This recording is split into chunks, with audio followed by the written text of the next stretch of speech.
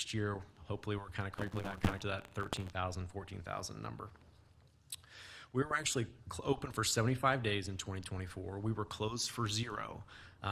We did close early on 12 days, and those typically fell on a weekend in which attendance was low, or maybe weather blew in late in the day and we closed early. But we were able to open at some point every single day of the summer. Okay.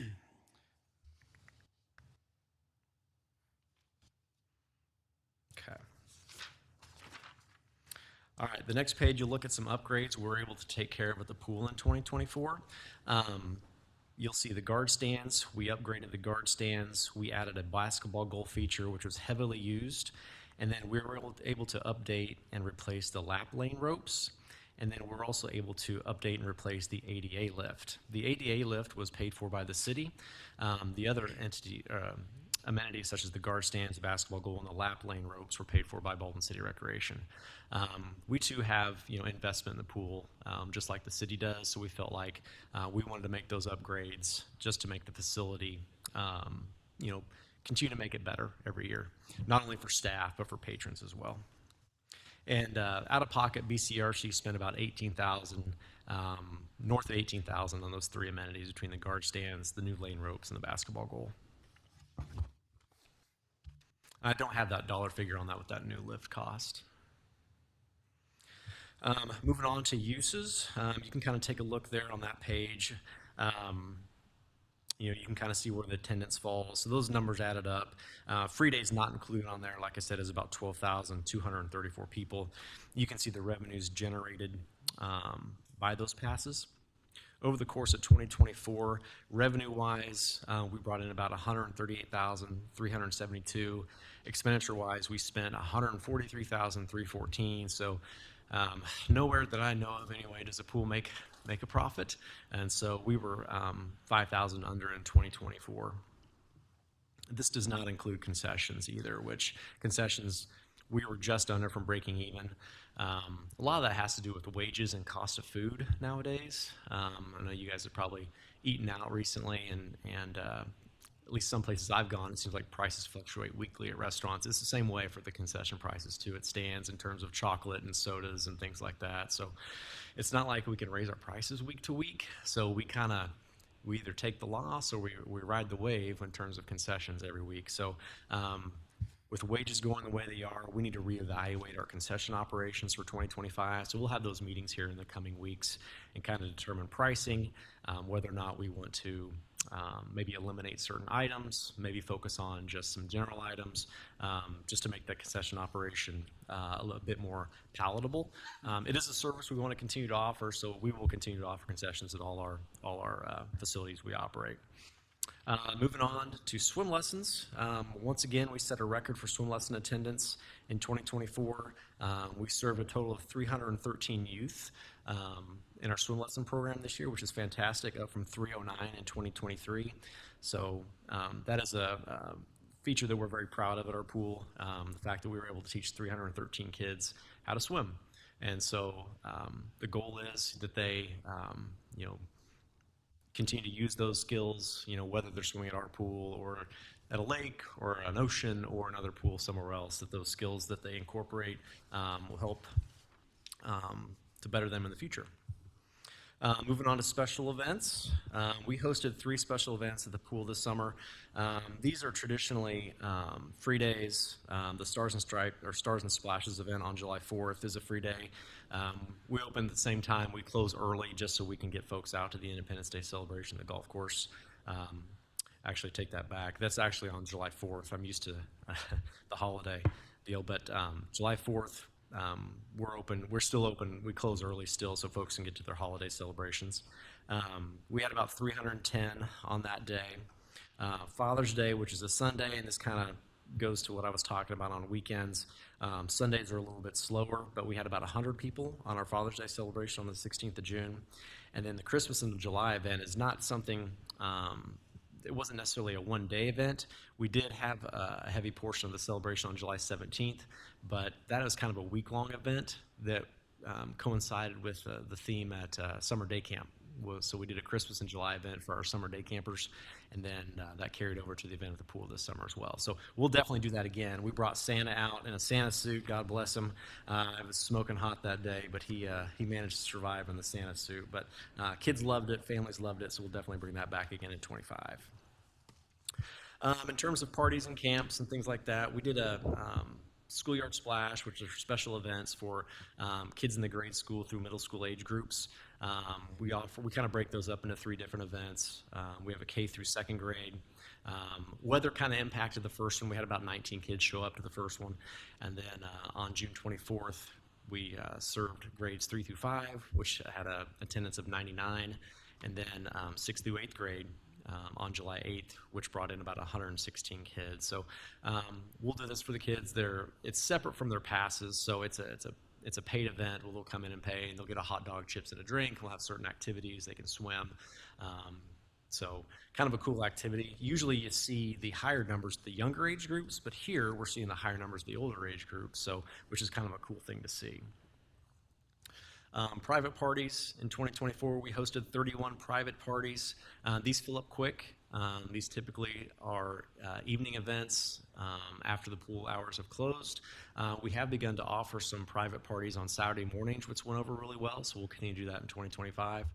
We hosted 31 parties in 2024, garnering about 1,200 people in total attendance amongst those 31 private events. Summer camp attends the pool throughout the course of the summer. Prior to this last year, camp attended the pool every day, Monday through Friday, which we determined sometimes was a bit much for some kids. Some kids love to go to the pool every day, but we kind of scaled it back a little bit. Camp visited 3 days a week this summer, which we found that to be the sweet spot, so we'll continue with that moving forward in 2025 as well. We continue to offer a swim team in Baldwin City, the Baldwin City Barracudas. This last year, we had 28 participants on that swim team. The last 2 years, we competed internally at our pool. The league we previously competed with kind of fell apart. That league consisted of 2 teams from Topeka, a team from Ottawa, ourselves, and then there was one other, I believe it was Wamego, was the 5th team. We're looking at joining another league more in the Johnson County, Leavenworth area. We're still in kind of communication with those groups and see if there's room for us and how that fits with our schedule.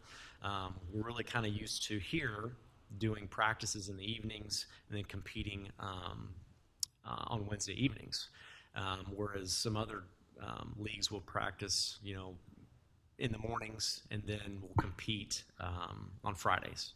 So we'll just kind of see how it goes. Might have to make some adjustments to our team and our families, but hopefully we can find a home, because ultimately we want to compete with teams outside of our, not just internally. It means a little bit more when you're competing against another team or someone you haven't practiced with all week long. So we'll see how that shakes out, and I'll continue to give you updates as we find a home for our swim team.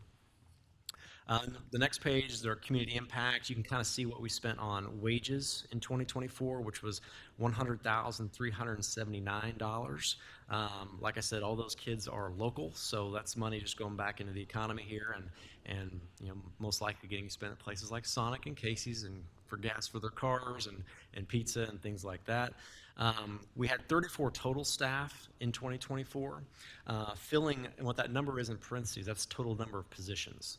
So we may have hired 34 kids, but they may have served in multiple roles, meaning they were swim lesson instructors, aides, concession workers, front desk staff. So of those 34, split amongst those 42 different positions. The next page is some kind of community love, so to speak. July 31st is National Lifeguard Day, so we gave the community an opportunity to write some nice things about our guards. I think we have a really great staff. Shaughnessy Wilkinson is the recreation supervisor that's responsible for the pool, and she does a great job with her staff, keeping them trained, keeping them motivated, because the summer can be long. The pool's only open, late May to early August, but it can be a long, grueling summer. Those days are very long, and she does a great job keeping them motivated and keeping our patrons safe. So those comments there are some comments that we received from the community. The lifeguards love to see that type of stuff, so it was on display for them for the rest of the summer. Coming in 2025, as most of you know, we're working with Jackson Pools right now to do a pretty major renovation of the pool. What they've done right now is basically stripped all the Pebble Tech out, taken the edge off, and going to replace that with tile. Right now, what you see down there are the lap lanes are lined with tile. What I call crosses on the side for the swimmers to see when they're swimming. Those are lined with tile. The edge will be lined with tile, and then they'll come back in mid-April and finish up. They'll put the pebble sheen in and then finish the tile work around the edge. And then still with the plans to fill early May, and then we should be ready to rock and roll Memorial Day weekend in terms of opening. Any questions? I have none. Thank you, Matt. All right, guys. Thank you. Nice job. Thank you. Next, we have proclamation. Do we have anybody here to receive it? Oh, all right. There you go. All right. You want to introduce yourself, and then I can Yeah, try to read this. sure thing. My name is Zoe Barlow. I am the domestic violence and human trafficking advocate at the Willow. And back here is Nicole Lopez. She is the rural Douglas County outreach specialist, so she's the one who serves specifically here in Baldwin. All right. So I'll read this for the council. It's a long one. Human Trafficking Awareness Month. Survivors of trafficking are among the most vulnerable of individuals, and we must work together to address the root causes as well as create sustainable recovery options for those who have survived these atrocities. Survivor perspectives are important to solving the root causes, and it is important to include survivors and to keep these survivors informed, those survivor-informed perspectives at the forefront of initiatives. Organizations that are taking the lead on human trafficking initiatives in Baldwin City, Kansas include but are not limited to the following: Baldwin City Police Department, the Sexual Trauma and Abuse Care Center, Burt Nash LMH Health, Lawrence Community Shelter, University of Kansas, RADAC, Lawrence School District 497, Baldwin School District 348, and the Willow Domestic Violence Center. Whereas human trafficking, a modern form of slavery, is one of the largest and fastest growing criminal industries in the world and is based on recruiting, harboring, and transporting people for the purpose of exploitation. Whereas sex trafficking and labor trafficking occur in Kansas, and both adults and children of any gender, socioeconomic status, age, race, sexual orientation, or geographic location can become victimized. And whereas human trafficking includes sexual, verbal, emotional, economic, and physical abuse and exploitation, and all forms of abuse carry long-term complex trauma implications. Whereas Kansas human trafficking laws define commercial exploitation of children, which does not require showing of force, fraud, threat, or coercion, and references the existing statutory definition of human trafficking and aggravated human trafficking. And whereas the effect of human trafficking reach far beyond its victims and perpetrators, causing disruption in our schools, places of work, and neighborhoods. And now, therefore, I, Casey Semino, representing the Council of Baldwin City, Kansas, do hereby proclaim the month of January 2025 as Human Trafficking Awareness Month, and urge the citizens of Baldwin City to speak out against sex and labor trafficking and exploitation, to support survivors of these heinous crimes, to encourage community leaders to hold offenders accountable, and to make preventable efforts a priority by hosting events, by creating policies at work, school, and home, and by supporting and participating in programs designed to reduce and eventually eliminate human trafficking as a societal problem. As a community, we will commit to creating and executing a comprehensive, collaborative, and trauma-informed response for the safety and security of human trafficking survivors. Thank you.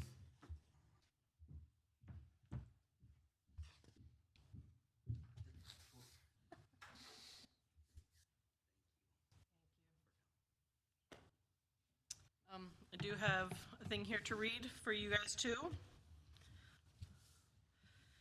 So, the Willow provides shelter, support, and services to survivors of domestic violence and human trafficking in Douglas, Franklin, and Jefferson counties. January is Human Trafficking Awareness Month. The Willow has served survivors of human trafficking in Northeast Kansas since 2014.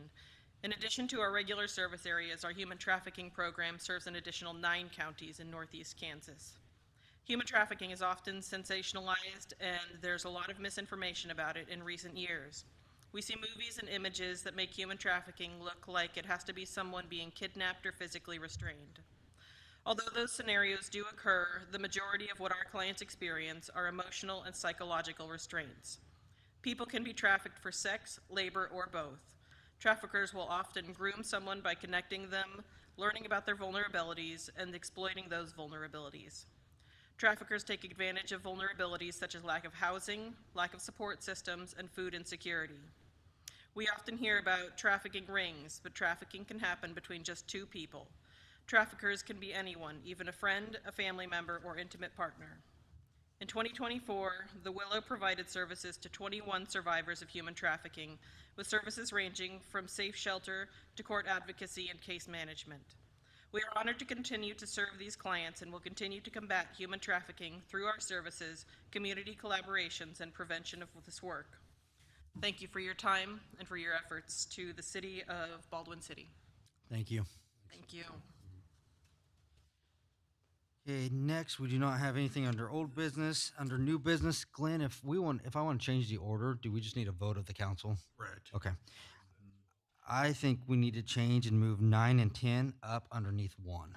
So we need appointments for treasurer, judge, attorney, police chief, fire chief, and city clerk underneath council president, and then appointments of non-elected official underneath that. Move we amend as suggested.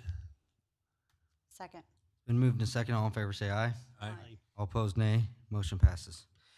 Next is the election of council president. So for the public listening at home and here, this is where the body, the council members themselves, vote on another representative in case I am unable to attend a meeting.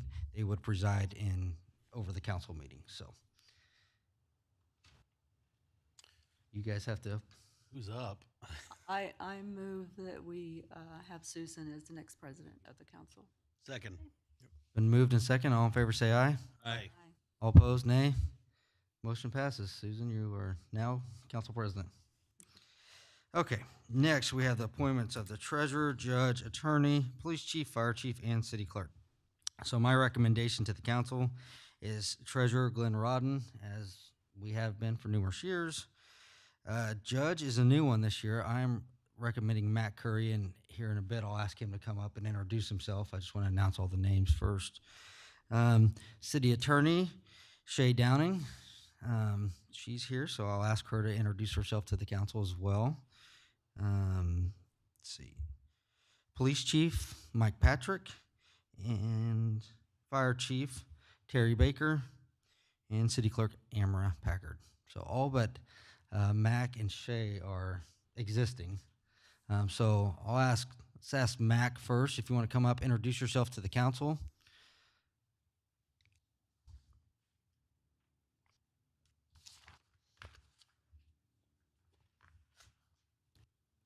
Good evening, and thank you for all having me. I'm Mac Willie Curry. I am a local attorney here in Baldwin City, Kansas.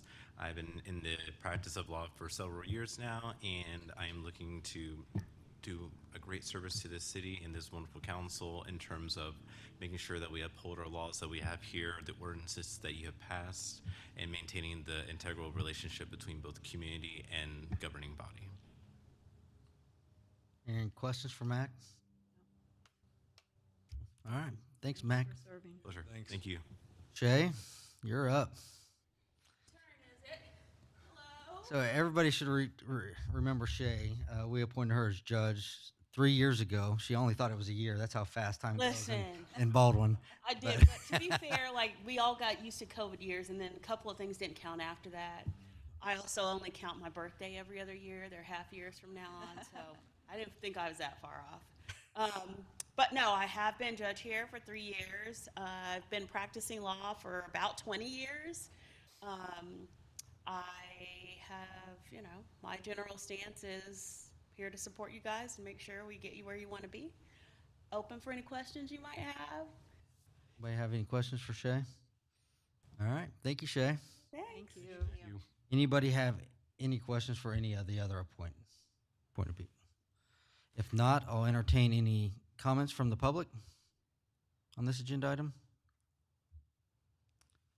Seeing none, council discussion? I think they're all great for what they're going to do. So, Agreed. All right, I will entertain a motion to approve the appointments as presented. I move we approve the appointments as presented. second. It's been moved and second. All in favor say aye. Aye. All opposed nay. Motion passes. Shay, you get to take your seat tonight. Put her to work. You're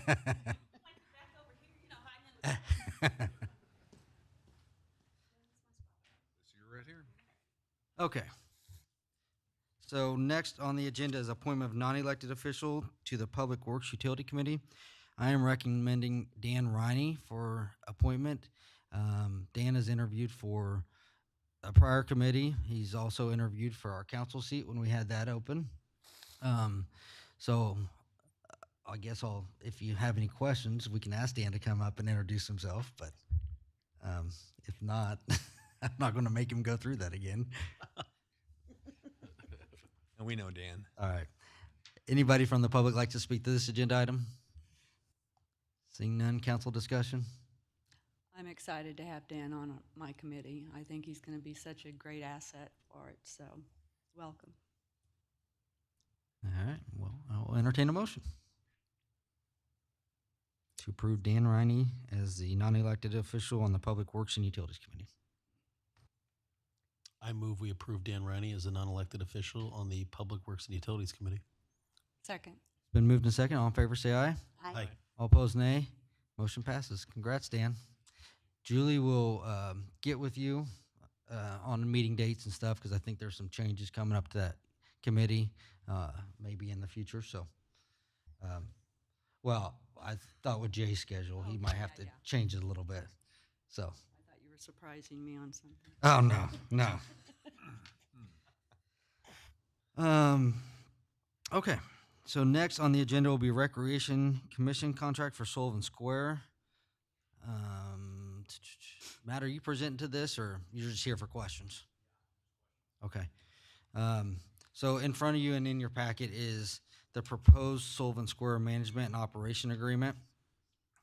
Casey, can I recuse myself for the next 3 items, please? Yes. Thank you.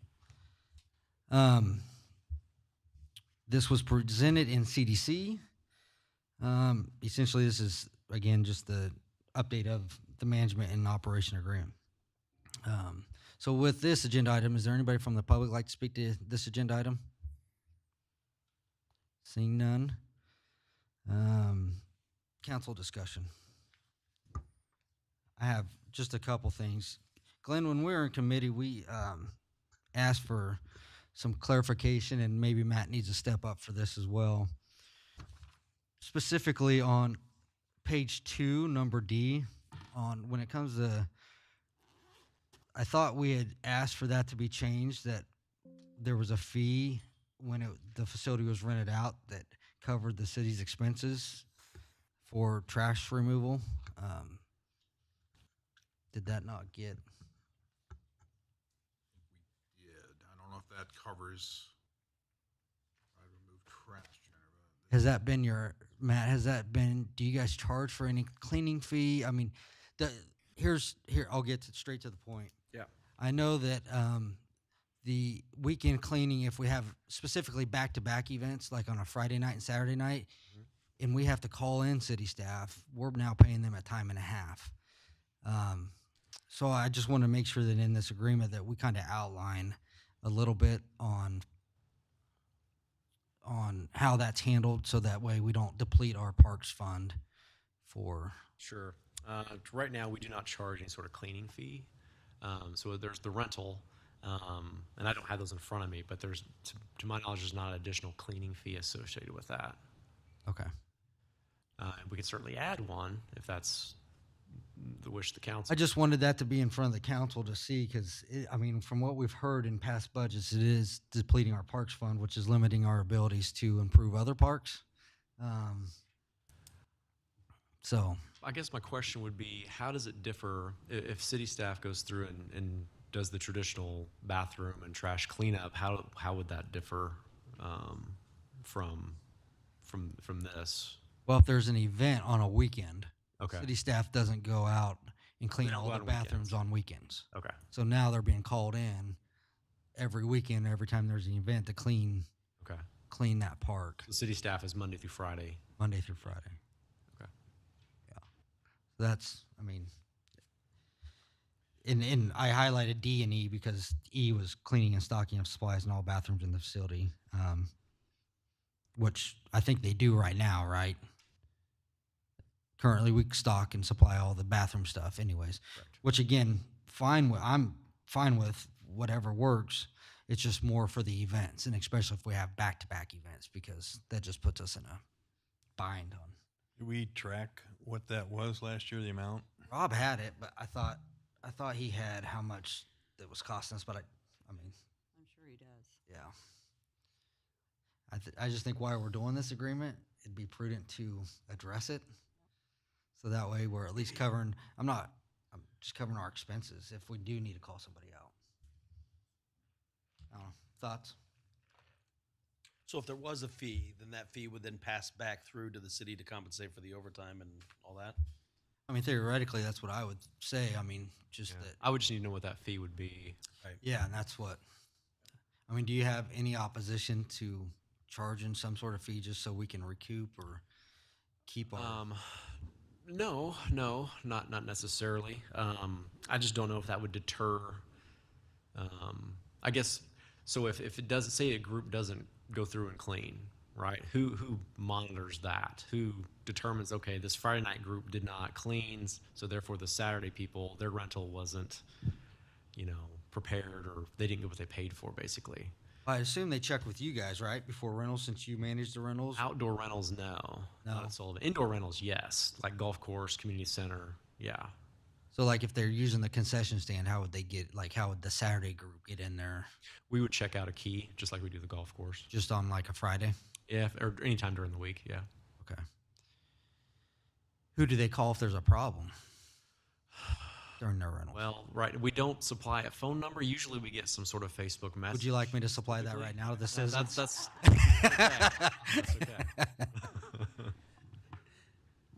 okay. But traditionally, we haven't ran into that a lot, but we would get a Facebook message typically. That's kind of how that would work. Yeah, I mean, I'm not talking about a large fee. And again, maybe it's just something that we ask Rob to give input on what something like that would cost just to, pick up the trash. If somebody doesn't pick up the trash, if they have a big event or something, what does that cost us to call out our guy, our person that usually does that for us, And we can make that part of the security deposit. And that's all I'm saying is make that part of the security deposit, and maybe our staff communicates to you or your staff and says, hey, FYI, we got called out twice for both events this week for this many hours. We need this much withheld from security deposit to cover those expenses. I don't know. Sullivan I'm Square, spitballing right now. Sullivan Square has its own dumpster in that alley. Yep, correct. Yeah. Okay. So yeah, I mean, if you don't take your trash out, Is it? deposit back. Are they required to take their trash out and wipe down the bathrooms? What are they required to do? Well, I guess. bathrooms, no. They're not required to do that. Trash-wise, it just depends. I mean, yeah, you have trash cans in the park, and if they're half full, well, typically you're not pulling half full bags to replace them with new, unless we make that part of the requirement. Typically shelter reservations in other communities are handled by seasonal staff will come through, and they'll pull trash and make sure the shelter's blown out or the trash is picked up, that type of thing.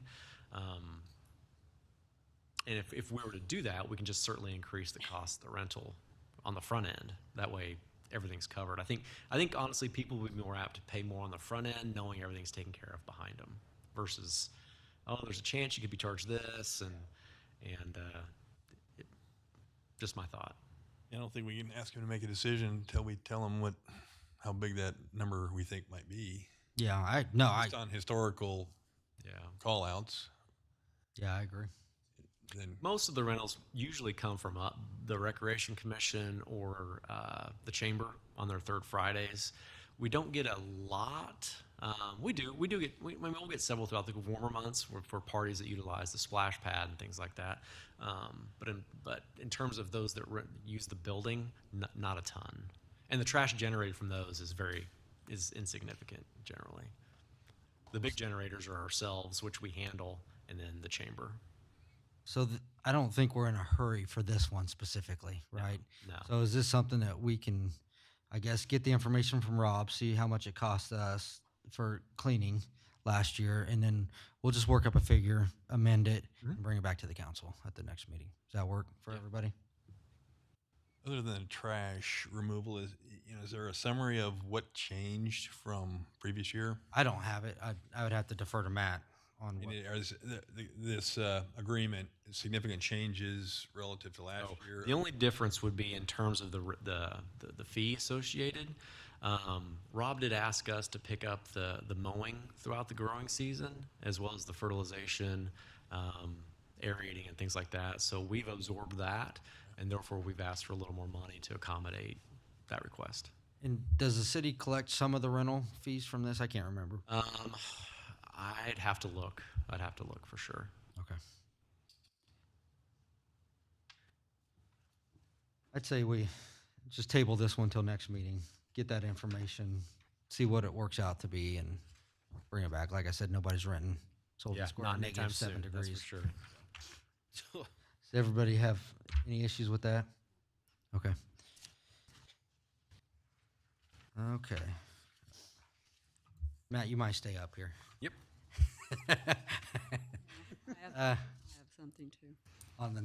On this agenda item? Okay. Okay, we'll turn to the next agenda item. Next agenda item is again the Baldwin City Pool Management and Operation Agreement. Again, thought some things were going to be changing here, but I know that I've gotten some questions from council members and city, so I want to get those answered. But first, is there anybody else from the public like to speak to this agenda item? Seeing none? All right. Council discussion. Julie, I'm going to let you go ahead and ask your. Not on this one, on the next Oh, on the next one? Okay. So my question on here, Matt, because I've gotten it from on the season. You kind of hit it today on page 3, number 5 on the page season. Or swim season, yes. I've gotten some questions on why we don't at least open up on Saturdays or something. You hit it kind of on your presentation a little bit, so I think you answered that one for me. My next question on C of page 4, I think on inclement weather, it should probably read BCRC or City of Baldwin City can close down the pool, since we'd probably be notified early if there's a tornado or something coming in, just to leave that option open to where if we needed to call you up and say, hey, we got to close this pool, or who knows, I mean, we got a bad water test, or something came up, just to allow for that option for the city to step in. That's my opinion, but it reads right above there that on the safety that BCRC or the City of Baldwin City may close all or part of the facility if conditions become hazardous to facility patrons. So to me, it just seemed reasonable to keep that language the same between the. Yep, I can make that change. You bet. Anybody opposed to that? Nope. Anybody have any other comments or questions on this agenda item? If not, I'll entertain a motion to approve the pool agreement I move to approve the pool agreement as amended. as amended. Been moved. Is there a second? Second. Been moved and second. All in favor, say aye. Aye. All opposed, nay. Motion passes. I have questions on this too. But this next one is the Baldwin City Community Center Management and Operation Agreement. This is again an agreement with the rec to manage the facility that we currently sit in. So is there anybody from the public like to speak to this agenda item? Seeing none. Julie, you have questions? Yes. I have a question on, under the duties of the city, number 1, that added to the schedule of city facilities to be cleaned weekly, to include but not entry, conference rooms, meeting spaces, offices, bathrooms, kitchens, windows, as well as the gym floor. So who do we have doing this now? Currently, Bird Janitorial handles these duties. Who does? Bird Janitorial, Okay, and who pays for that? the city does. Okay.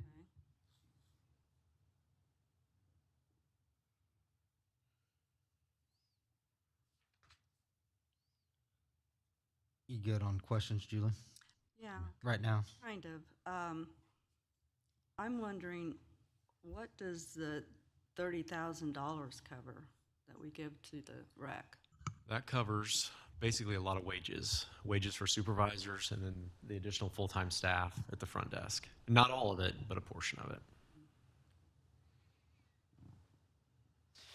So I have, I was just gonna say, just kind of as a refresher, as we were going through this with the pro formas, before the rec was even involved, we had to make sure this thing was sustainable by paying this, all of this stuff, all the employee, cleaning, everything, and we did that. The pro forma looked good, and then when the rec commission stepped up, they took off some of the costs. Our cost to have employees here at the same amount of time would have been much more than 30,000. So it's kind of a couple of part-time head count for the rec to use if they want to do it that way. So we plan to pay for it all, and now we're kind of sharing the cost with the rec commission. So I just want to make sure we remember how this thing got here. yep. So I have a couple questions on page 1, number E. Develop rental rates for this facility. So the city collects 75% of all rentals. BCRC collects 70 or 25. Yep. I guess one thing I thought we talked about in committee, and correct me if I'm wrong, Susan and Corey, was making that so it was kind of a like you guys develop it with approval by the city. Yep, and I can rewrite that to make Okay. sure that's clear. And then same way with G. So the intent of this facility is to make sure that it stays free for all people and all socioeconomic statuses. So I guess my recommendation on this would be to set forth all pass and admission prices for admittance to the facility, if any, with all or any fees being approved by the city, just so that there can be some checks and balances to make sure that we're adhering to our policy to keep this a free facility for all. Yep, can do. And then on J, sorry, I like you coming in front of the council and giving us a presentation, as onerous as that might be, and we can do it on the same night as the pool or whatever, just like you did tonight. But instead of the end of the season report detailing revenues, blah, blah, blah, to the city administrator, I'd like that to be to the city council. So that way the public as well as us can hear that as well.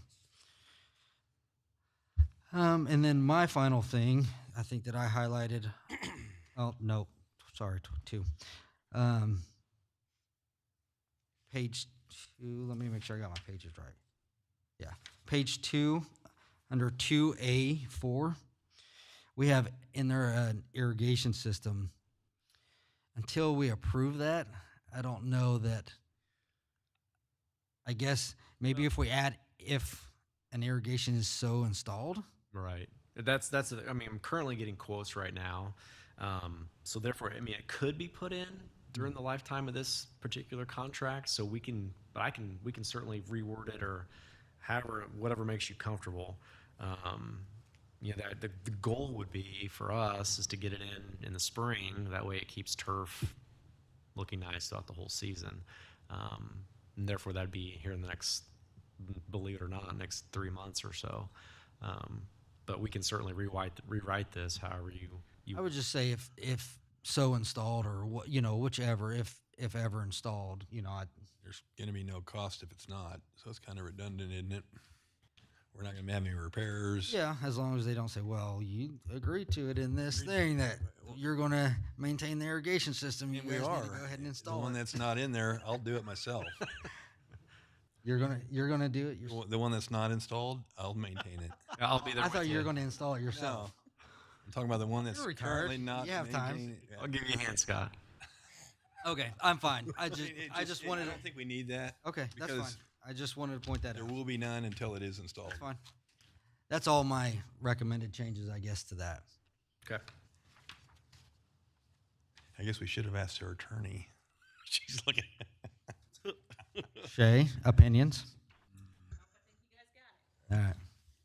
I'm looking over here and over there to make sure I'm understanding everything that's happening. I think you're good.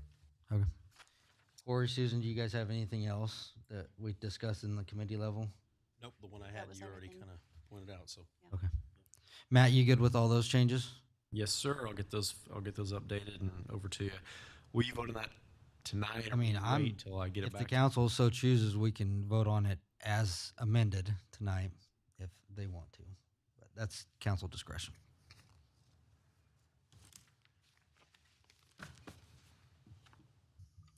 I'm okay with voting on it as amended. Yeah, same. Okay, so I will need a motion for that. I approve the Bolton City Community Center Management and Operation Agreement. I move to approve the Bolton City Community Center Management and Operation Agreement as amended. Good catch. Getting better. It's been moved. Is there a second? Second. It's been moved and second. All in favor, say aye. Aye. All opposed, nay. Motion passes. Thank you, Matt. You bet. Thank you. Okay, next, fun one, electric rate ordinance. Ben is not here tonight, so Scott, do you want to present what you have first, or do we want to? Yeah, I can. All I'm going to do is show the pro forma that he sent us, talk to that, and kind of talk about where we're at in the Budget and Finance Committee on this. Do you want to give a brief synopsis, or do you want me to give a brief synopsis, and we can open up for? Well, we'll start with just kind of, I'll give you my opinion on where we're at on this. I think the first thing is we don't have a consensus on the next step. As you can see in your council packets, there's a couple of ordinances. One that increases the electric rate by 20% starting January 1 of this year. The second one proposes a 10% increase January 1, followed by a 20% increase on July 1. So there's just a couple of options. Like I said, there's not a consensus. Some think we need to jump to 20% right now. Others think we don't have all the information we need yet. The numbers are still moving. We just got report from our finance director that the auditors found something and moved a big chunk out of the reserve that we did not know about at the last meeting. So, that's kind of where we're at. So it's important that the council take a look at this and, we come to a decision on rates and how we want to address it. And it's not easy because they're, like everything else, they're going up. So I think what I just planned to do was show the pro forma, the last one we got from Ben. If I can make this work, I'll give you the signal. I didn't give it to you, and I just got to find it. I guess while you're doing that, Scott, I'm going to ask you two can jump in while I'm pulling this up. Well, I think, Scott, you hit it fairly well. Costs have risen for the last, 4 or 5 years is what our finance advisor has been telling us. Luckily, Baldwin City has had a large reserve, which we've been eating into as the costs have risen on us. And now we're getting to the point where our reserves are hitting our fund balance. And to maintain those reserves, that's why it was requested by staff and finance advisor to take a look at these rates. Am I hitting that correctly, Scott, Corey? Yeah, I think the only thing I would want to add is that in this, there would be the addition of the inflation, the Inflationary index. right, the municipal inflation index, right. So where you can kind of 4 or 5 years goes by and you can kind of let your reserve help you out a little bit and not have to raise rates. Having that annual fixed cost of inflation plugged in there will help you from having to cut into your reserves or increase rates, and kind of help budget things a little bit easier. So I think that's kind of important too.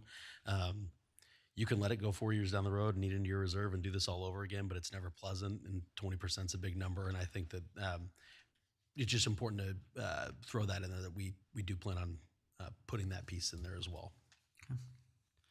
With that, is there anybody from the public like to speak to this agenda item at this time? Seeing none, we'll close public comment. Council discussion. I'm trying to buy you some time, Scott. See if I can figure out this. I can only talk so long. Yeah, I may just have to describe it. I can't figure out how to share it. Let's see here. How about that? There we go. Maybe this will do it. No, it didn't do it. Let me see here. There we go. There we go. Success. So you should have it on your, ours isn't working, so I'll share. So what we have here is a pro forma, and it shows 23, 24 actual, really just kind of beginning cash reserves, then whether we ran a surplus or deficit, and then what our ending cash reserves are. And really the goal here is that all our utilities is to charge just enough in the rates to cover our expenses, both in debt, in cost of power acquisition, and in operation. So ideally, we'd run at a zero surplus, zero deficit every year. You have to make assumptions on prices or anything. It never happens. So that's why we carry a reserve. So if we didn't charge enough, we could eat into the reserve and not have to change rates in the middle of the year. And that's a big piece of why that reserve's there. Typically, you shoot for, I mean, you hear things all over the map, between, some people don't carry reserve, some cities, and 30 days to 6 months of reserve is kind of the range. So that's what we wrestle with as a council, as a city, is how much reserve do we want to carry? Because it does affect the rates. If we have to eat into that reserve, we've got to add enough to the rates to build that back up. So what we're looking at here with that little dissertation, what we're looking at here is what Ben proposed. One of his proposals is a 20% increase starting January 1. And you can see that we ended last year with about $450,000 reserve, which is, what is that, about 30 days, 30-day reserve. Our target is 15% of our expenses. And again, there's some discussion around which expenses. We wrestle with that, because if we're not charging for power, we're not buying it, or we're selling our power commitment elsewhere. So there's a lot of variables there that we could choose to lower our reserve or raise it to cover the cost. So we're still wrestling with that as what we think is appropriate. But as you can see in this 20% increase, which I think you saw in the ordinance, would move the rate to 14 cents per kilowatt hour. I think it was like $12.59, something like that last year. Cents per kilowatt hour would be the rate. And what it's showing here, based on our expense budget and our assumptions of our cost, it would actually decrease our reserve by the end of next year to $250,000 or 15 days. So that's not enough. We're going to need to do more than that. But again, these numbers are so fluid right now, it's hard to determine if we need to go to 20 now, if those numbers are continuing to change in our favor until we lock them down. And so that's why I think he's offered up that 10% January 1 and a 20% incremental 20% on July 1, which kind of nets out to a 15% for the year if you do the average and get it. It's more complicated than that because most of our power is used in the summer, so the higher rate will generate more revenue in the summer typically. So that's really what we're wrestling with is that, and part of what we probably need to discuss is what the council's comfortable with on reserve, and we get into long discussions on that in the Budget and Finance Committee, but we certainly can have that here as well about what's appropriate. What are we trying to cover? Is the reserve trying to cover for catastrophic events? Or are we just trying to cover for miscalculating our assumptions on the costs, where we need to have enough in there that if our costs were more than we thought, it's covered by the reserve, and then you charge a little bit extra next year that you didn't have this year to build that back to where we want it to be. So I'll stop talking and see if anybody has any comments or questions. No, I think the only thing I'll add, Scott, for the council that isn't at the Finance Committee all the time is the purpose of having a reserve and having a healthy reserve is when we have a project like the substation or to bond for a new power generator in our power plant, that what we have in reserve, and if we're meeting our reserve policy, dictates our interest rate.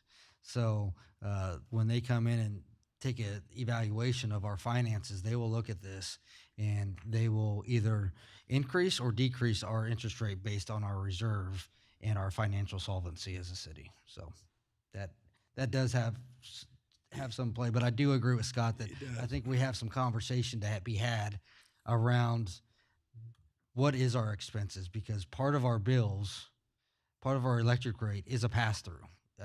If we're buying power, we're passing it through. That's what we do. We don't generate all our own power behind our meter in Baldwin City. We buy it from other places and turn around and pass it through to our citizens. Only when the power gets cut off is when then our generators come on and we're producing our power, which is much higher on a kilowatt basis cost than our purchase power. But that's why we have our reserves, and that's why we continue to maintain our solar plant as well as our behind the meter generation of diesel engines. So just some clarity there, I guess, for all the council members that don't get into these discussions as thick as we tend to do. So any questions from Jay? I mean, I'm sure you already have this stuff down during your time on the council. So Yes. Yeah. Is there any questions from you guys? I think that's really what we want to hear from. Yeah, I mean, We've been inundated with it for quite a while. No, I think that explanation helps though with as far as reserves. I've never heard that before, that, it impacts our interest rate, and that's a big factor to consider. So I guess we need to, figure out what that healthy number is. yeah. So and that's always the question. It's what is that number? Right. What are the bond rating companies? And then what's it going to cost you? How much of a degradation is it going to have? And a lot of times they can't tell you. And what I've heard previously is as long as you have a plan That's what I always thought. and you're hitting your plan, that's all they look for. The number seemed to be irrelevant. And I do think 2 years ago or so, when our reserve, I think we went negative for a short period, or very low.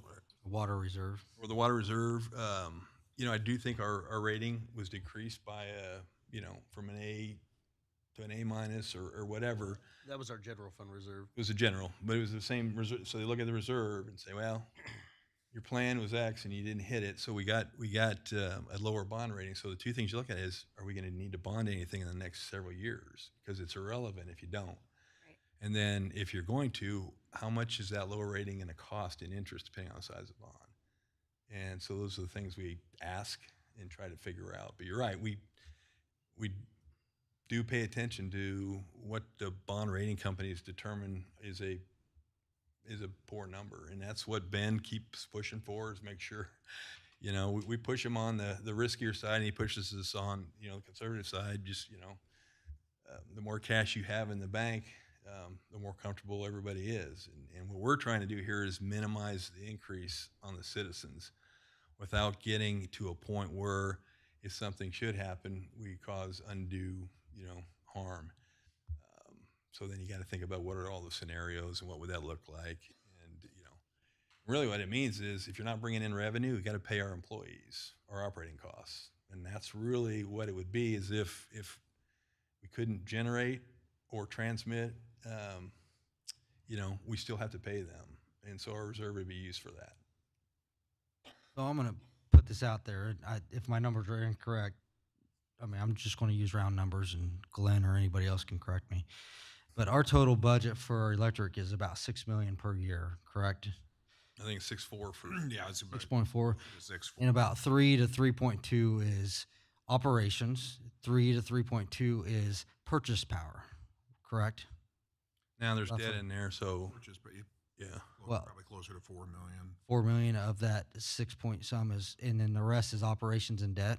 I can tell you what it is. Somewhere in that, yeah, given the, So I think that's what we wrestled with in the committee is, okay, do we base our reserve, because that 4 million is a pass through, so, and we always run through the horrible scenarios if a tornado came in and wiped our city out, then what do we do? And I think what I struggle with, and maybe this is what Scott alludes to, I don't know, is if that were to happen, we're not buying power. So should our reserve be based on that extra 4.2 million, or should our reserve be based on the 2 million that it costs to still operate during that time? If you're talking about a natural disaster, I mean, you have to mention FEMA and how long it would take FEMA to come in and bail you out. And so, I mean, if you look at past natural disasters, you know, it seems like it takes about a month. And so I feel like a month is a good number. 6 months seems pretty heavy. But I think it's a good point that you make. Since you're not buying power because the lines are down, you should not use that. But then you're having a natural disaster reserve scenario, and then a less disastrous scenario. You know, you have to look at all elements. One of them, you know, you have the bond rating conversation. You have, you know, FEMA's not going to respond to every situation. You know, the smaller tornado that takes out maybe a section of town instead of the whole grid. You know, I mean, so it's a tough conversation. But it is worth mentioning that there are two different numbers that you could take that 15% from. So, and maybe I might need Jeff for this next question. When it comes to our purchase power agreements, if we got wiped out, horrible scenario, all our power gets taken out, are we still contractually required to purchase that power?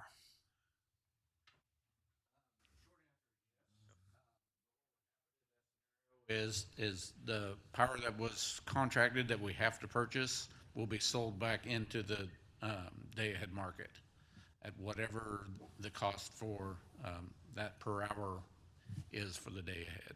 So essentially, we may have a revenue loss, but it's not going to be 100% revenue loss. Depending on the time of the year would probably make a difference, but there probably would be a small loss, yeah, if that scenario was to happen. I just wanted to, I know we discussed this in committee, and I just wanted the whole council to make sure they can wrap their mind around that side of it as well as we talk.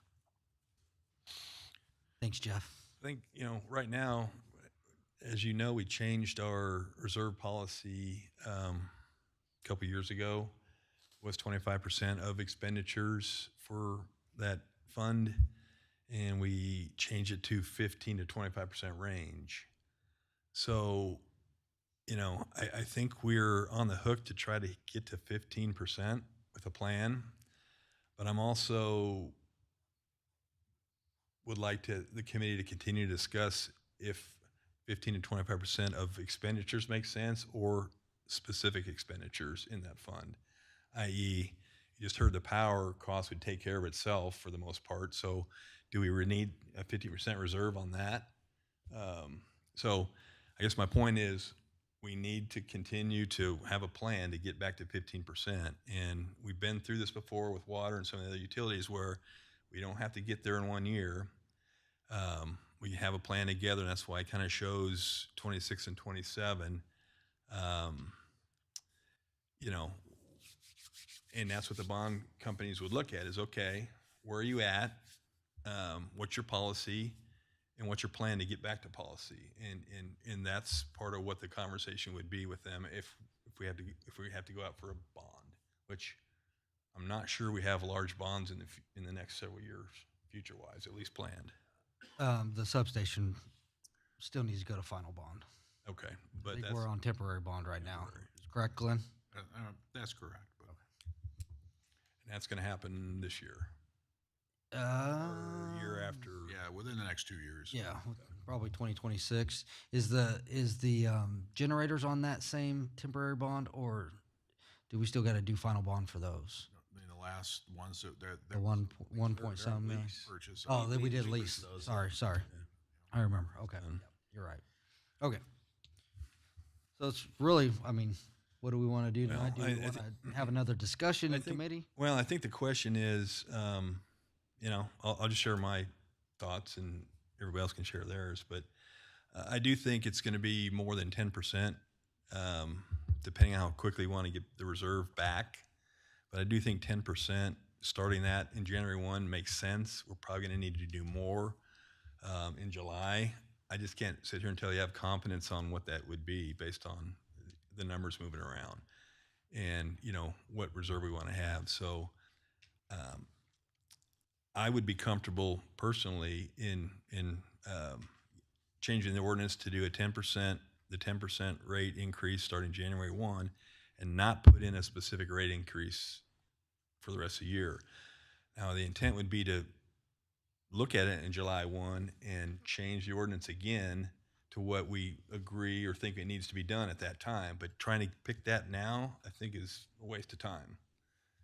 We're going to have to change it anyway, or it'll be too high or it'll be too low. So I'd support a 10% ordinance that raised it 10% January 1, and then I think we continue to work on it and come back, see what the numbers are coming in at, and then come back to the council in May, June, and talk about the July 1 increase, what that needs to look like. Could we do like a work session on that before we Oh, yeah. talk about it? Oh, absolutely. Yeah. Absolutely, great idea. Yeah. Yep. Yeah, I agree with you, Scott. I think, it should be mentioned too. I mean, we kind of did a little bit of an Armageddon situation there with the city. I mean, you have other options. I mean, if something happens to where you need quick money, I mean, you can always go get a loan or bond it and roll that into your debt, and that's still going to have the same exact impact to your budget as it would if you had front loaded it. So, I think you should have a comfortable reserve, and we can have more discussion on that. I think you're right, Scott. I think it's a good number to shoot for and start with, and then revisit it in July. Yeah, and that 10% would include, I didn't see it, it's in the ordinance, isn't it, Glenn, on the MCI yearly? Yeah, that's what we've been looking for is that. In that, I think was 2.5% this year. Yeah, so really, if we didn't as a council raise the rates ourselves, it would automatically by ordinance go up 2.5% because that's the inflation index that we've tied that utility to about all the costs that the utilities for their materials and everything. So I don't think we put that in this ordinance yet, have we? It was already done. on the electric, On the electric? I keep forgetting that. I don't. We already passed the. Double check it. I don't think. I think we did it on water. We didn't do it on electric. Not the inflationary. We'll make sure. Check it. Well, I don't know if it might be written into this one now, but I don't think. We've had the water, wastewater, and electric all. But we've never messed with the electric rates. We've never. Yeah, now that I'm thinking about, I don't think we did. well, that brings me to another point I wanted to bring up. We have got to get our ordinances up to date. Online? Yes. Yeah. I think the last rate for electric was 2011. And it hadn't changed a lot, but it's It hasn't changed at all. It has. No. Besides the. Yeah, it did this year in July. Is that the Last year, reserve sorry, last conversation? year. Or the So the power cost adjustment. We probably need, well, I mean, we may need to put some effort in it. I don't know, we need to get the legislative committee back fired up or what to help look. I mean, there's a lot of ordinances there to go through and figure out what's outdated and what's not. But Yeah, that's Okay. what we tried doing with the legislative committee. yeah, I mean, that's a heavy lift. So Didn't go very well. what's the ordinance say? Well, this one it says it has section 7 on there. It looks like it's darker than the rest, so Yeah, it's right at the bottom. I think that's added in there. So Yeah, it's that's in right, there now. right at the end of it says municipal cost index. Yep. So if it's passed, then Last time I brought it up in committee meeting, you guys reminded me it was already in there, which I forgot, and I forgot again. So okay. it doesn't matter because we're covering, ordinance we're Yeah. increasing it more than that. And if it's not in there, we have a chance to do it in July or next year. Well, it's in there on this one. So if you pass this ordinance tonight, Well, the 10%. okay, it's in gotcha. there. Yep. You have to come up here. We want the public to hear everything that's said. Section 7 is actually in the ordinance that was passed last year. Okay. In July? Okay. On January I couldn't remember. every year, All right. all electric rate categories will be Remind us adjusted again. according to the annual municipal cost. Perfect. Good. Okay. That works. Thank you, Jeff. Okay. Okay. Well, Comments, questions, discussion? I like this approach because obviously 10% is Yeah. bare minimum. It's going to need to be more than that. And I've never been a fan of passing huge rate increases all at once. So this will break it up and it'll allow you more time to bring us back some more data. I agree. But should we have this as a first reading? So if there's any citizens that want to come and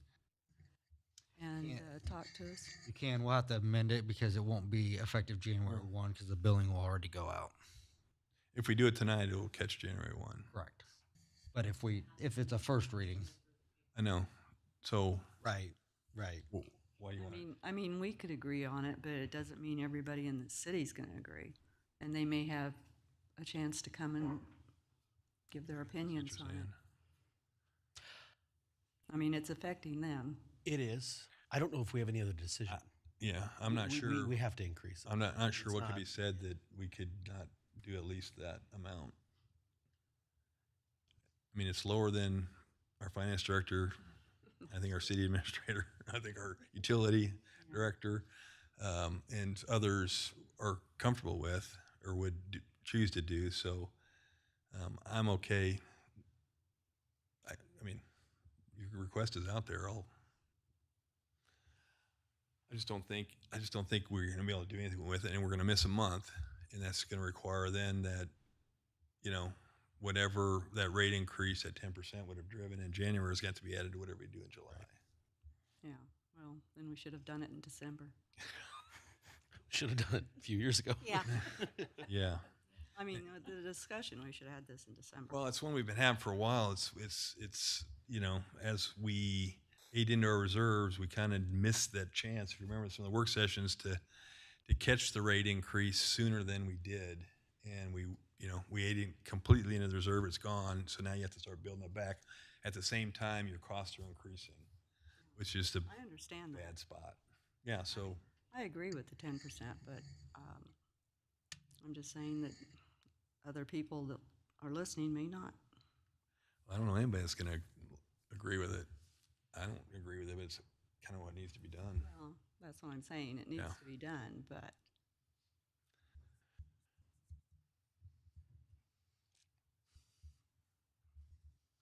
any further discussion on this agenda item?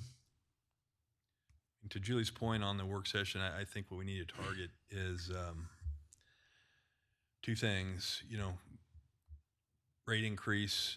Well, first thing I think we need to settle on is what we want our reserve to be, how many days, and what do we want it to be based on.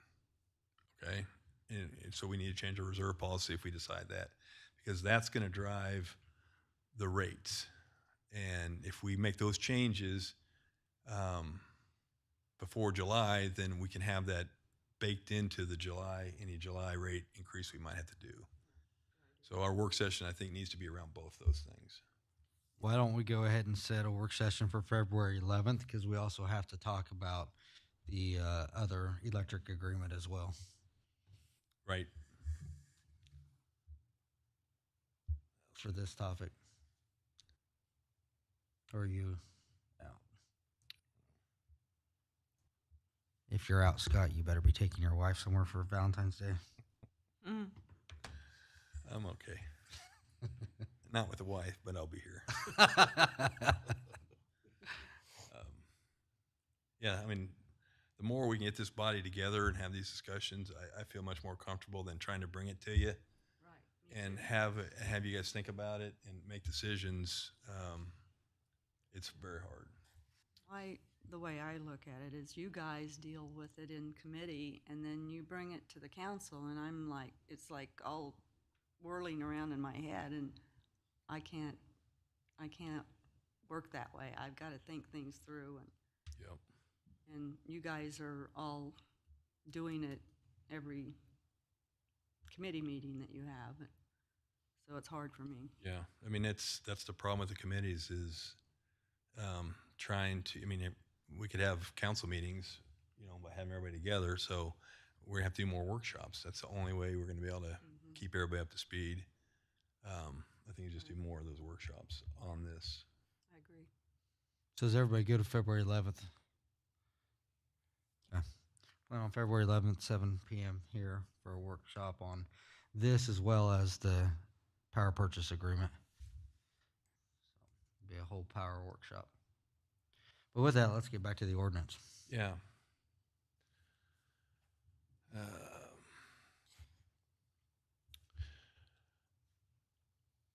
I'm happy to make a motion if the discussion is done. Yeah.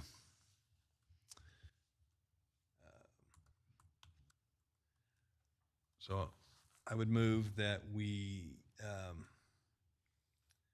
pass the ordinance as presented in the packet that and amended with a 10% increase effective January 1 and no other, so basically section 15-209 C and whatever it is on the other rates be removed. So there would be only one rate increase detailed in this ordinance of 10% starting January 1.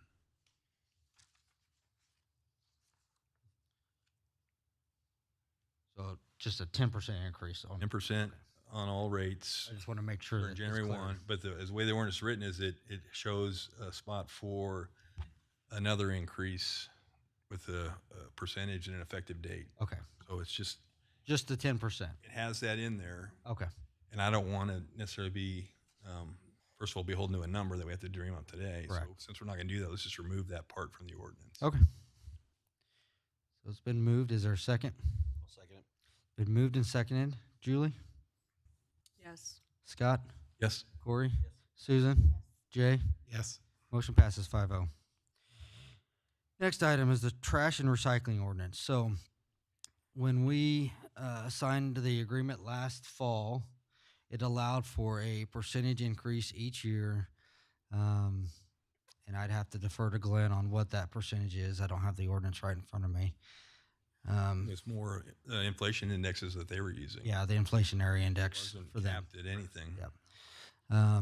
So that's what this agenda item is. Is there anybody from the public like to speak to this agenda item? Seeing none, close public discussion, council discussion. I'll add on to that that this is essentially, I mean, the company's already sent us notice. It was built in the contract as an inflationary index automatically to us. But we are a community that passes all our rates by ordinance, so that's why this is in front of you. I think we just received that within the last couple of weeks from them. So just to kind of highlight it for everybody, they're increasing the waste connection, the weekly waste connection, and included the bulk waste pickup once a month by 2.95%. And they increased the recycling pickup, once a month pickup, by 5.95%. to the rates. What I didn't see in there is, did those increases apply to the second carts or not? I'd have to defer to Glenn or.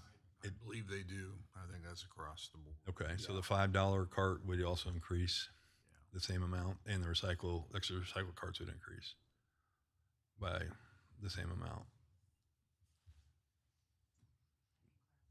Would you? That would be great. So, as Casey mentioned, we're contractually bound to pay. We don't have to pass the rates on, but we got to pay for them somehow. And I'm not sure where else we get it. I think the only thing we've got in this rate structure is an administration fee, and $1.50. well, that's why it's. Can we decrease it to $1.50? It doesn't come up to that on the math. I'm trying to figure it out. It's different. And do we charge that? Do we charge that for both times for the weekly and the recycle? So it's 2 administration fees, or is it 1 per customer? It's 2 per. Okay. Okay.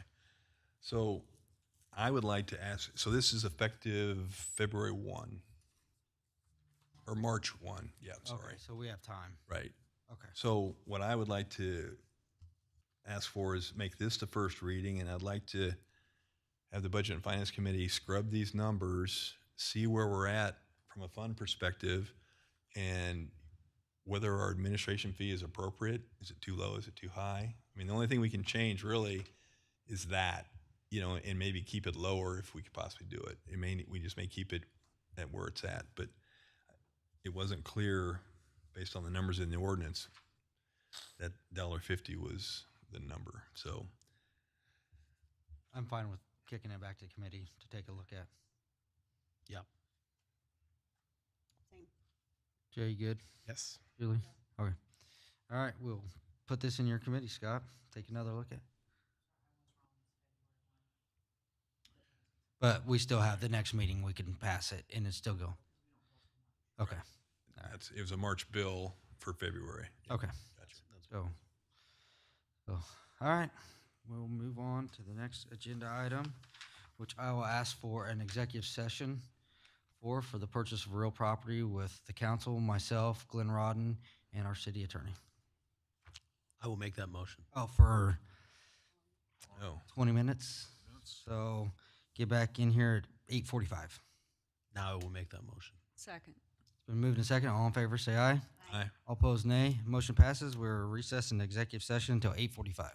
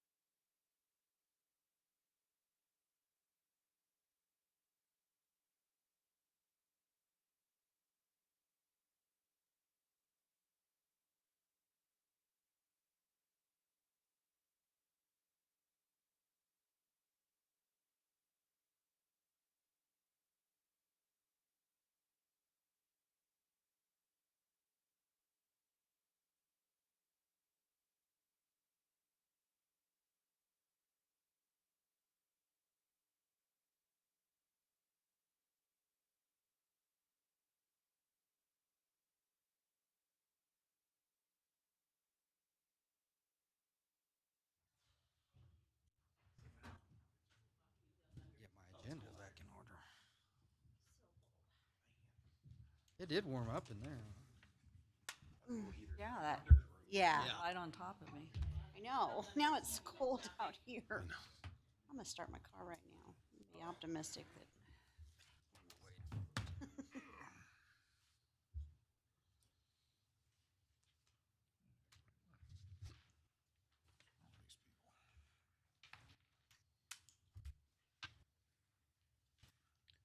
Okay, it's 8:45. We'll call the meeting back to order.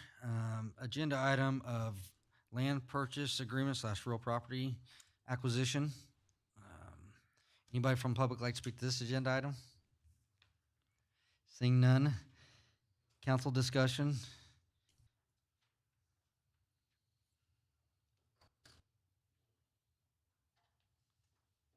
Not, I will entertain a motion on the contract that is in the council packet.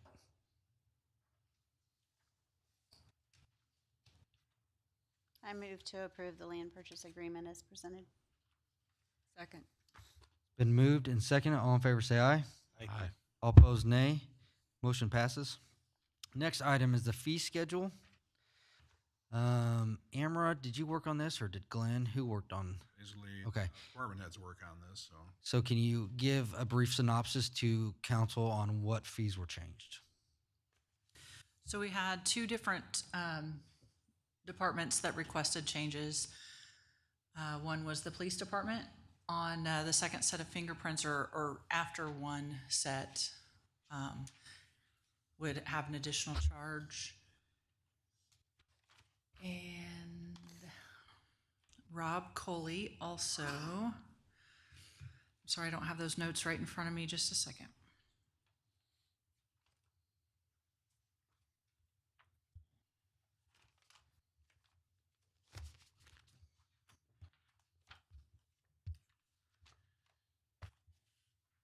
Amber, is it on the packet? There's some notations down. Yes, the two bottom. department heads that requested changes, they have their notes in the packet. So Rob requested 15% across the board for them. What does that entail? 15% across the board. So water meters, all of the different, I'd have to go pull up the fee schedule.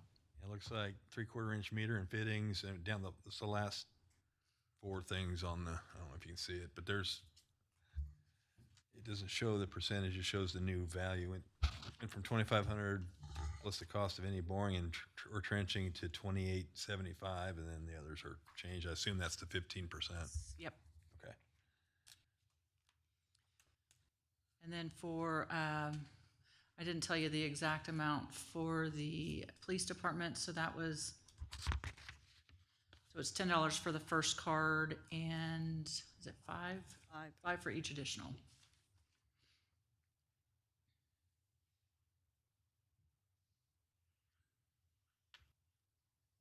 We haven't made any changes for a couple years to the fee schedule.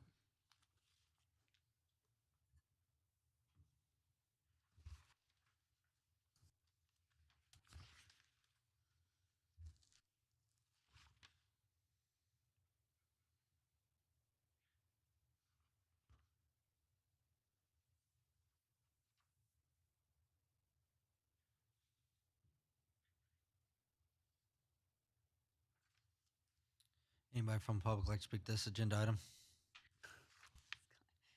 The usual suspect. Yeah. Ain't it? Seeing none, council discussion.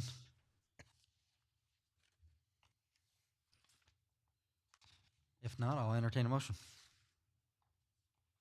I'll move we accept the fee schedule as presented. Second. Been moved and second. All in favor say aye. Aye. All opposed, nay. Motion passes. Next agenda item is our annual city depositories. Essentially, these are three local banks that we appoint as a potential to deposit monies in: Mid-America Bank, Baldwin State Bank, and Kansas State Bank. Anybody from public like to speak to this agenda item? Seeing none, council discussion. If not, I'll entertain a motion.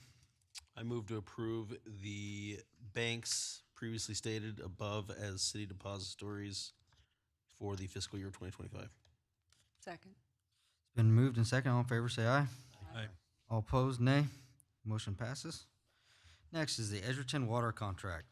So Rob sent some highlights in there, so I'll read them out just so the public is aware of them. Essentially, the highlights are it's a 30-year contract. We sell water to Edgerton currently. The rate to Edgerton is the rate plus the actual rate of actual cost plus 8%. So I assume that's 8% over what our citizens pay. Glenn, is that correct? That's correct. Yeah. Okay. No monthly minimum charge. Annual transfer fee is included as part of the overall rate calculation. There, one thing that was a big discussion last year in Julie's committee was I really wanted to add some language in there to allow for us to reevaluate Edgerton selling water to us if they ever could in the future to give us a secondary water source.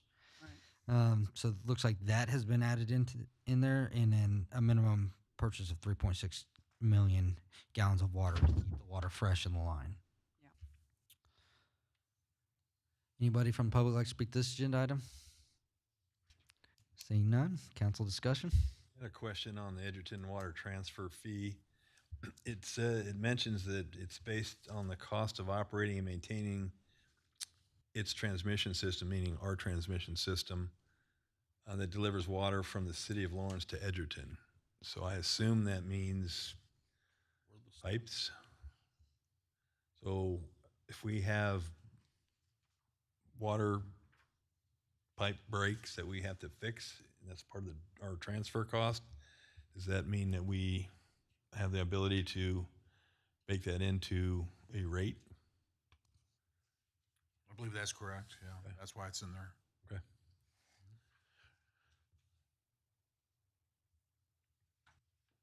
And does this, Lawrence changes our rates annually. That's correct. Yeah. So does this automatically change with that? It would. Yeah. Okay. It would. Well, I mean, they're not gonna, if we have to fix a water main break, they're not gonna be charging us for that. We're gonna be bearing the cost of that, right? They don't fix it and charge us, so if the pipe breaks between us and Edgerton, we have to go fix it. Correct. Yeah. And Lawrence isn't gonna charge us for that. We'd have to somehow bake some of that into this transfer cost. Right. I was referring to We're just talking the about rate from Lawrence to us. Right. the water. Increases every year, the Yeah. raw water. So I was verifying that portion is automatically transferred Right. over. Gotcha. I didn't have a chance to review this. So.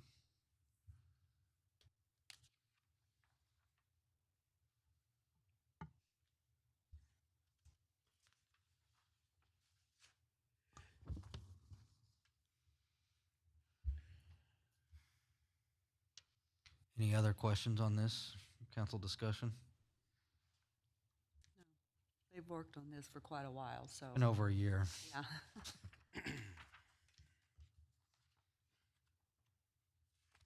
There is none. I'll entertain a motion. I move that we approve the bid contract for the water purchase agreement with Edgerton and Baldwin City. Been moved. Is there a second? Second. Moved and second. All in favor say aye. Aye. All opposed, nay. Motion passes. Next, council committee reports. Before we get started, you notice there was an agenda to appoint committees because I'm not making a change to committees. So my intent is to continue with the current committees we have. So with that, council committee reports, budget and finance, Scott. Yeah, we met a week ago. It was Wednesday, and we discussed the 2025 utility rates. That electric one being the one that we needed to change. You heard about that tonight. Talked about funding for substation land acquisition that we just voted on tonight. Different scenarios where we would get that money if we don't sell the lot that we currently have. We got an update on our wage and salary study from Glenn. We asked him for some more information on a couple roles, and I think the plan is to bring that to the council in February. start having those conversations in our budget process for 2026. Last thing we talked about is developing a policy for the water department customers. If you have an unusually large water bill from one month to the next, what is our policy to notify? What is the what are the ramifications? Is there things that we can do to mitigate that? If it was if it was just a water main break that they didn't catch, or a water break they didn't catch, or they had faucets running or whatever. So I think we send that to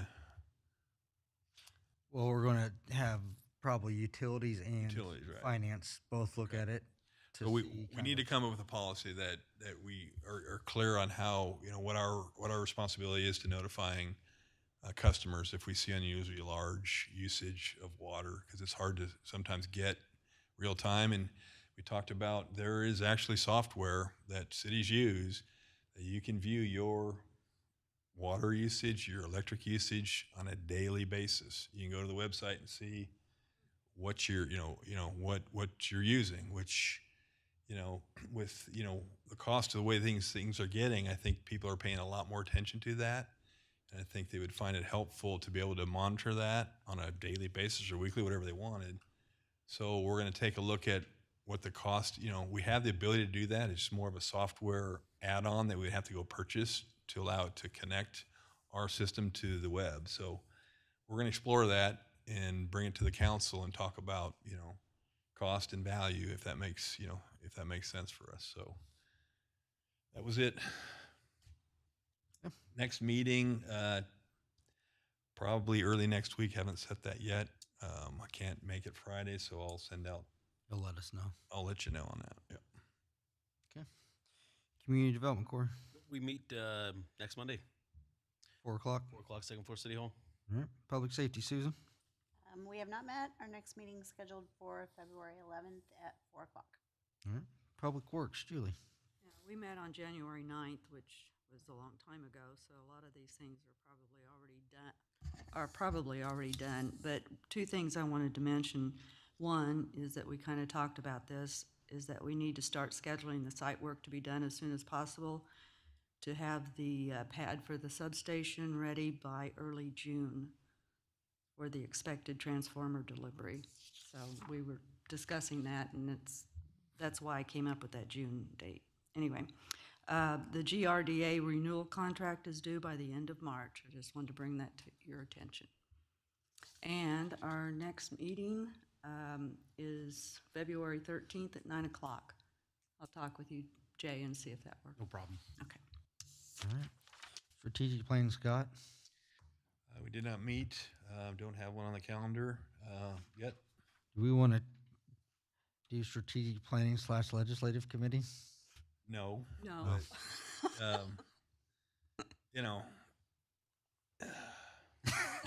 But, Well, think about it. it needs to be done. I mean, asking Amber to do that by herself, I think is challenging. So it probably needs to be done. We probably need help. I'm okay with that if Julie is. Yeah. Amara, do you have a question?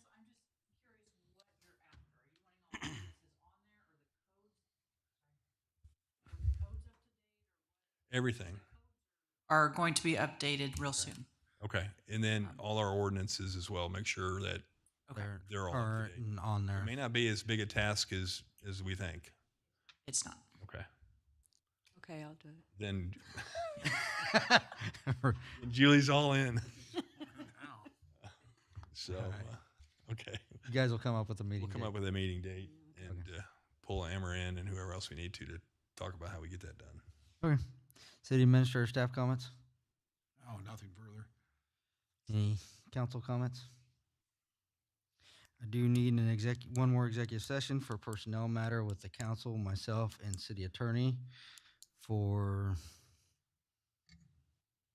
let's say, 20 minutes. So 9:20.